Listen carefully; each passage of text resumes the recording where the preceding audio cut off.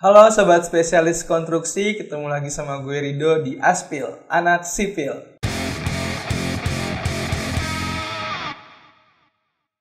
Apa kabar nih sobat spesialis? Semoga kalian baik-baik aja dan sehat selalu ya. Kali ini gue bakal bahas nih tentang hal yang paling penting di suatu konstruksi atau proyek, yaitu alat pelindung diri. Nah, jadi sebelum gue masuk ke pembahasan, jangan lupa buat subscribe channel ini supaya channel ini terus berkembang lagi ke depannya. Jadi tunggu apa lagi? Yuk simak video berikut. Alat pelindung diri atau APD adalah kelengkapan yang digunakan saat pekerjaan agar mengurangi resiko terjadinya kecelakaan kerja. APD ini juga digunakan sesuai dengan pekerjaan dan resiko bahaya yang akan dihadapi. APD juga berfungsi untuk menjaga keselamatan si pekerja tersebut nih, sama sekalian juga agar orang sekelilingnya tidak terkena dampak dari kecelakaan kerja. APD atau alat pelindung diri ini juga memiliki dasar hukum. Dia diatur di undang-undang dan peraturan Kementerian Ketenagakerjaan. Jadi APD ini tuh harus sangat diperhatikan dalam suatu pekerjaan konstruksi agar tidak terjadi hal-hal yang tidak diinginkan. Dalam suatu proyek atau pekerjaan konstruksi, APD itu biasanya disediakan, tapi biasanya untuk perusahaan-perusahaan kecil atau perusahaan baru yang masih merintis tuh ada beberapa APD yang harus dibeli sendiri gitu loh sama kalian. Nah, tapi kalau untuk perusahaan besar atau proyek-proyek besar tuh biasanya APD itu udah pasti disediain dan lengkap banget. Langsung aja masuk ke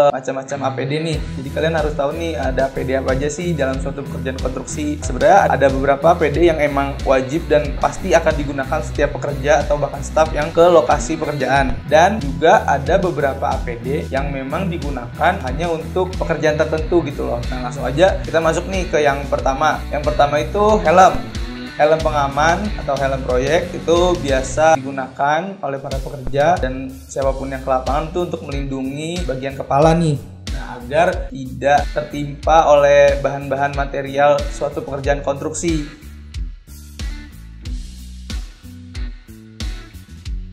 Seperti contohnya nih ada percikan las atau ada kerikil dari atas yang jatuh, paku gitu ya, atau baut. Mungkin kalau emang jaraknya deket, gak terlalu tinggi gitu loh, mungkin gak terlalu sakit. Tapi kalau misalnya si kerikil atau baut atau paku itu jatuh dari ketinggian 5 meter lebih dan jatuh pas di kepala kalian, kan otomatis itu sangat sakit dan bahkan bisa bikin kepala kalian bocor gitu. Jadi si helm ini tuh sangat berguna banget deh buat kalian dan merupakan alat pelindung diri yang paling krusial dan paling penting. Nah, pemakaian helm proyek ini juga harus benar gitu, jangan asal dipakai aja tanpa dipaskan atau disesuaikan dengan lingkar kepala kita. Jadi si helm proyek ini harus pas di lingkaran kepala kita agar si helm ini tuh efektif dan gak gampang jatuh gitu loh. Jadi kepala kita benar-benar terlindungi sama si helm itu. Terus juga jangan helm proyek ini sembarang kalian lepas aja gitu loh saat kalian di proyek. Misalnya lagi ke proyek nih, terus tiba-tiba emang lagi nggak ada kerjaan atau istirahat, terus kalian lepas tapi kalian masih di lokasi proyek. Nah, itu tuh bahaya banget karena kita nggak tahu kecelakaan kerja yang bakal terjadi gitu loh. Jadi kalian harus tetap waspada terus dengan memakai si helm ini. Nah, yang kedua itu ada rompi. Rompi ini tuh berfungsi untuk para pekerja nih, untuk digunakan. Biasanya tuh rompi ini tuh punya warna-warna yang ngejreng gitu loh, yang terang, seperti mungkin kayak orange atau hijau stabilo. Itu biasanya sering digunakan, tapi soalnya kan kalau merah itu biasanya untuk staff si HSE-nya ini nih. Nah, biasanya kalau orange, hijau stabilo tuh biar berguna gitu di malam hari, apalagi kayak pekerjaan-pekerjaan yang perbaikan jalan atau apapun itu yang emang masih ada kendaraan yang lewat. Nah, si rompi ini tuh berguna banget untuk menandakan kalau di situ ada pekerja. Terus juga ada bahan yang emang buat memantulkan si cahaya. Nah, contohnya tuh yang kayak gini-gini nih, yang warna-warna hijau stabilo gini. Nah, itu tuh yang berfungsi nanti untuk memantulkan cahaya. Nah, misalnya lu ada proyek perbaikan jalan. Nah, kalau lu pakai rompi, terus kan ada kendaraan lewat, si lampu kendaraan ini bakal menyorot lu nih. Nah, si cahaya itu kalau kepantul nih sama si rompi lu ini, jadi berguna banget biar si pengendara ini berhati-hati juga karena di situ ada pekerjaan. Yang ketiga ada safety shoes. Safety shoes ini atau sepatu safety berguna untuk melindungi bagian kaki kalian nih dari terkenanya benda-benda tajam ataupun kejatuhan benda-benda gitu loh. Nah, biasanya sepatu ini tuh ada lapisan besi gitu loh di depannya. Jadi kalau kalian misalnya kesandung atau terkena benda-benda yang berat di bawah tuh, kaki kalian tuh tetap aman. Dan juga si sepatu itu desain biar kalian tuh tetap fleksibel dan nyaman juga gitu loh. Jadi mobilitas kalian tuh nggak terganggu dengan adanya benda-benda tajam yang kayak kecil-kecil gitu atau paku atau kerikil-kerikil tajam. Jadi kalian tetap bisa bisa mobilitasnya tetap tinggi gitu loh, karena kalian pakai sepatu safety dan gak usah worry gitu loh dengan kaki kalian takut kenapa-napa. Nah, sepatu safety juga udah banyak modernisasi nih, jadi nggak sebatas biasanya sepatu kayak pantofel gitulah atau warna-warna gelap. Nah, sekarang tuh udah banyak sepatu safety yang udah lebih keren lah, udah mengikuti zaman, lebih trendy gitu, kayak modelnya kekinian tapi sebenarnya itu safety shoes, jadi udah banyak lah diperjualbelikan di online atau di offline store gitu. Nah, jadi 3 tadi itu merupakan alat pelindung diri wajib nih, jadi maksudnya alat pelindung diri yang memang harus dan selalu dipakai oleh pekerja atau staff yang di lapangan atau di proyek. Ada beberapa APD atau alat pelindung diri yang emang digunakan sesuai dengan job pekerjaannya nih, jadi tergantung misalnya pekerjaan apa, dia tuh ada tambahan APD lagi gitu. Jadi langsung lanjut aja nih ke yang keempat, yaitu kacamata pengaman.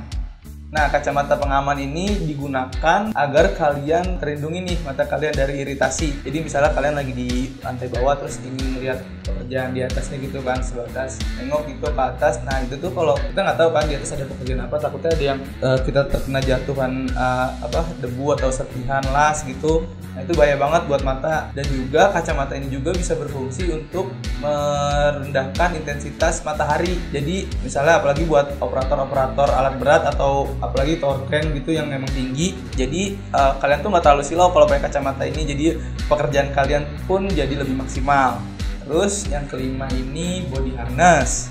Body harness ini digunakan untuk pekerjaan ketinggian seperti gedung bertingkat ataupun jembatan layang, jalan tol layang gitu. Nah, ini tuh kalau pekerjaannya udah di ketinggian tuh wajib banget yang namanya pakai body harness. Jadi si body harness ini berfungsi agar menjaga tubuh kita nih biar yang namanya nggak jatuh ke bawah gitu loh. Jadi kita udah safety duluan nih, udah siap gitu. Jadi kalau ada kenapa-napa badan kita tuh udah tersangkut di scaffolding biasanya tuh si body harness ini tuh. Yang keenam ada masker.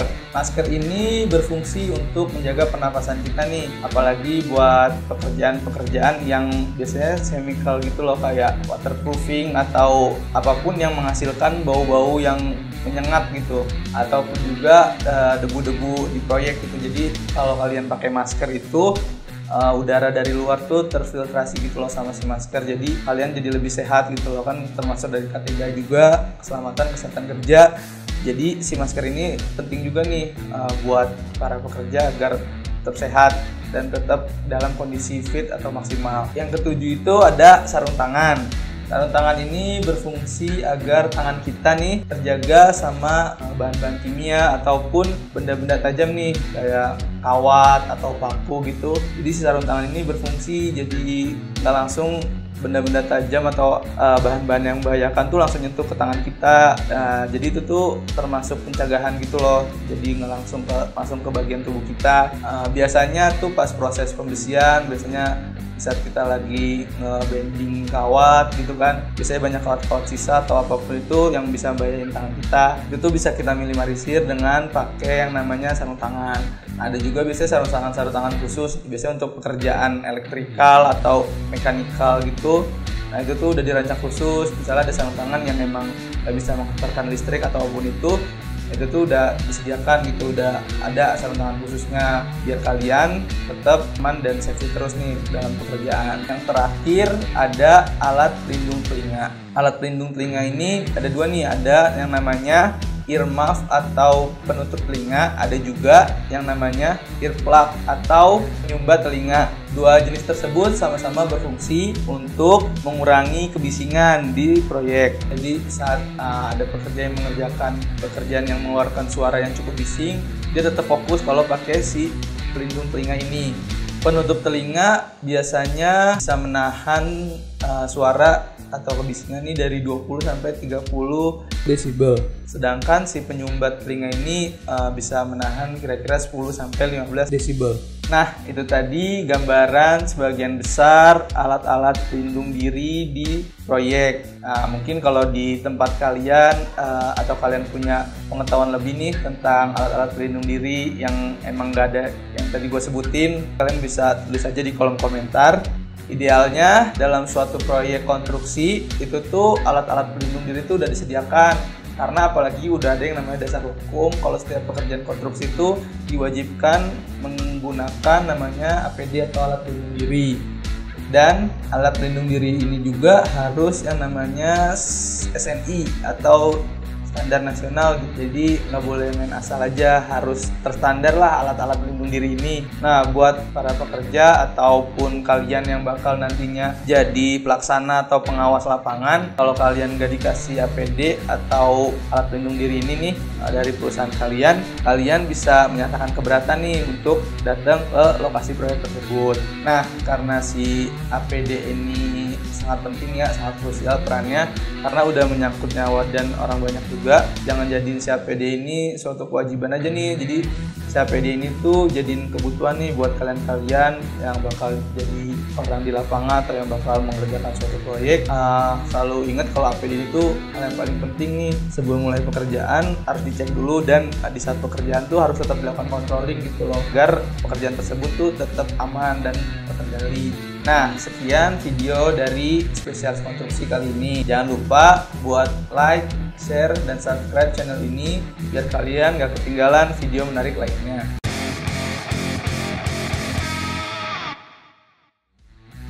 Kalau kalian punya topik menarik lainnya yang mau kita bahas atau gue bahas nih, kalian bisa tulis saja di kolom komentar.